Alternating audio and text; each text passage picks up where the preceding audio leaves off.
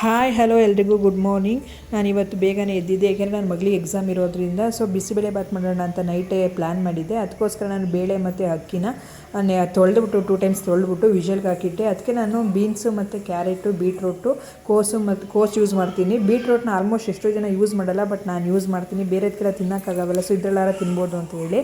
ಅದಕ್ಕೋಸ್ಕರ ನಾನು ಓದೋಕ್ಕೆ ಅಂತ ಹೇಳಿ ಹೋಗಿದ್ದೆ, ಬಟ್ ನನ್ನ ಮಗಳು ಆಟ ಆಡ್ಕೊಂಡು ಕೂತಿದ್ಲು. ಅದು ಸರಿ ಹೋಗಲ್ಲ ಅಂತ ಹೇಳಿ ಅವಳ ಮುಂದೆನೇ ನಾನು ಕೂತ್ಕೊಂಡು ತರಕಾರಿ ಎಲ್ಲ ಹೆಚ್ಕೊಂಡು ಅವಳಿಗೆ ಓದಿಸ್ಕೊಂಡು ಕೂತ್ಕೊಂಡೆ. ಅವ್ರ ಅಪ್ಪಂಗೆ ಹೇಳಿದ್ದೆ ಓದ್ಸಪ್ಪ ಅಂತ. ನೋಡಿರಿ ಅವ್ರ ಅಪ್ಪ ಏನಾದರೂ ಮಾಡ್ಕೊ ಏನಾದರೂ ಬಿಟ್ಕೋ ಅಂತ ಹೇಳಿ ಅವ್ರು ಹೋಗಿ ಮಲ್ಕೊಂಡಿದ್ದಾರೆ. ನೋಡಿ ಅವ್ರ ಮದರ್ ಆದರೆ ಏನು ಓದಿರ್ತಾಳೋ ಏನು ಬಿಟ್ಟಿರ್ತಾಳೋ ಅಂತ ಎಲ್ಲ ತಲೆ ಕೆಡಿಸ್ಕೊತಾರೆ. ಆದರೆ ಅವ್ರು ಅಪ್ತಿರಾದರೆ ಏನಾರು ಮಾಡ್ಕೊಳ್ಳಿ ಬಿಡು ಅಂತ ಹೋಗ್ತಾರೆ. ಹಾಗೆಲ್ಲ ಹೆಚ್ಚಿಟ್ಕೊಂಡು ಮತ್ತೆ ವಿಷಲ್ಗೆ ಹಾಕೋಣ ಅಂತ ಹೇಳಿ ಎಲ್ಲ ಹೆಚ್ಚಿಟ್ಟಿದ್ನೆಲ್ಲ ತರಕಾರಿಗಳೆಲ್ಲ ವಿಷಲ್ಗೆ ಹಾಕಿ ಮತ್ತು ಕಡಲೆ ಬೀಜ ಆ್ಯಡ್ ಮಾಡ್ತೀನಿ. ಮತ್ತು ನಿಮ್ಗೆ ಎಷ್ಟು ಉಪ್ಪು ಬೇಕು ಟೇಸ್ಟಿಗೆ ಅಂತ ಹೇಳಿ ಇವು ಹಾಕ್ಬಿಟ್ಟು ವಿಷಲ್ಗೆ ಹಾಕಿ ಬಂದೆ. ಅಷ್ಟು ಆ ಮಧ್ಯದಲ್ಲೇ ನಾನು ಈ ಮನೆ ಕೆಲಸ ಎಲ್ಲ ಮಾಡ್ಕೋಬೇಕಲ್ಲ. ಸೊ ಅವೆಲ್ಲನೂ ಮಲಗಿದ್ದೆಲ್ಲ ಹಾಸಿಗೆ ಎಲ್ಲನೂ ಎತ್ತು ಕ್ಲೀನ್ ಮಾಡಿ ಮತ್ತೆ ಬಂದೆ. ಸೊ ಇವಾಗ ನೆಕ್ಸ್ಟು ಒಗ್ಗರಣೆ ಹಾಕಬೇಕು. ತುಂಬ ಲೇಟ್ ಆಯ್ತಿತ್ತು, ಅದಕ್ಕೋಸ್ಕರ ನೀವು ಓದ್ತಾ ಇರಪ್ಪ ಅಂತ ಹೇಳಿ ನಾನು ಒಗ್ಗರಣೆಗೆ ಹಾಕೋಣ ಅಂತ ಬಂದೆ. ನಾನಿಲ್ಲಿ MTR bisi bele bath powder use ಮಾಡ್ತಾಯಿದ್ದೀನಿ. ಸೊ ಅದನ್ನ ಒಗ್ಗರಣೆಗೆಲ್ಲ ಹಾಕಿ ನಾನು ಏನು ವಿಷಲ್ ಕೂಗಿಸ್ಕೊಂಡಿದ್ದೆ ಅದನ್ನೆಲ್ಲ ಆ್ಯಡ್ ಮಾಡಬೇಕು. ಇವತ್ತು ನಾನು ಸ್ನ್ಯಾಕ್ಸಿಗೆ ಆರೆಂಜ್ ಹಾಕ್ತಾಯಿದ್ದೀನಿ.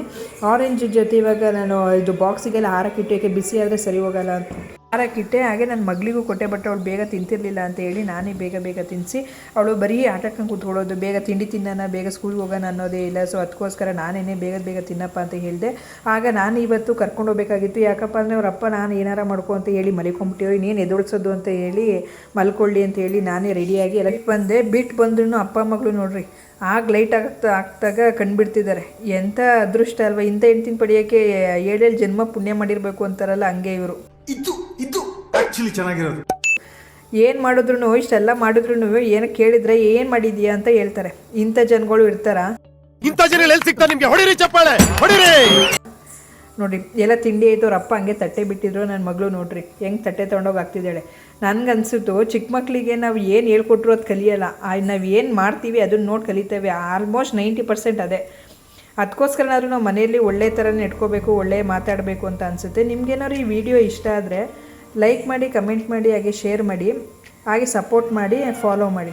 ಧನ್ಯವಾದಗಳು.